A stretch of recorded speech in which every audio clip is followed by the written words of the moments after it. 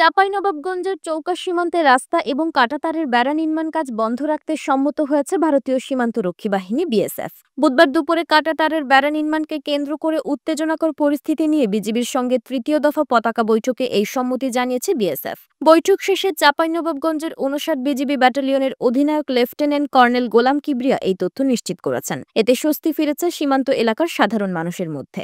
Lieutenant colonel গোলাম কিবরিয়া জানিয়েছেন, দুই বাহিনীর কর্মকর্তাদের মধ্যে সৌহার্দ্যপূর্ণ আলোচনা হয়েছে। কাঁটাতারের বেড়া নির্মাণ কাজ বন্ধ রাখতে সম্মত হয়েছে বিএসএফ। তবে আগামীতে সীমান্তে কাঁটাতারের বেড়া বা রাস্তা হবে কিনা তা বিজিবি এবং বিএসএফ এর ঊর্ধ্বতন কর্মকর্তারা বৈঠক করে সিদ্ধান্ত নেবেন। তিনি আরও জানিয়েছেন, দুই দেশের নাগরিকেরা যেন উত্তেজনা সৃষ্টি করতে না পারে সেদিকেও খেয়াল রাখা হবে। এদিকে আলোচনা ফলপ্রসূ হওয়ায় সীমান্ত এলাকা থেকে উভয় বাহিনী তাদের অতিরিক্ত সদস্য সরিয়ে নিয়েছেন। এই মুহূর্তে সীমান্তের স্বাভাবিক টহল কার্যক্রম চালু রয়েছে।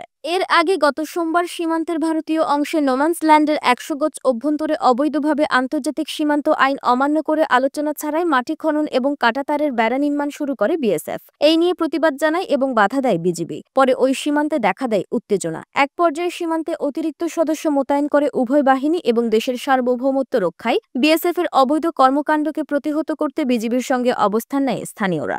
একইভাবে ভারতীয় নাগরিকদেরও বিএসএফ এর সঙ্গে অবস্থান নিতে দেখা যায়।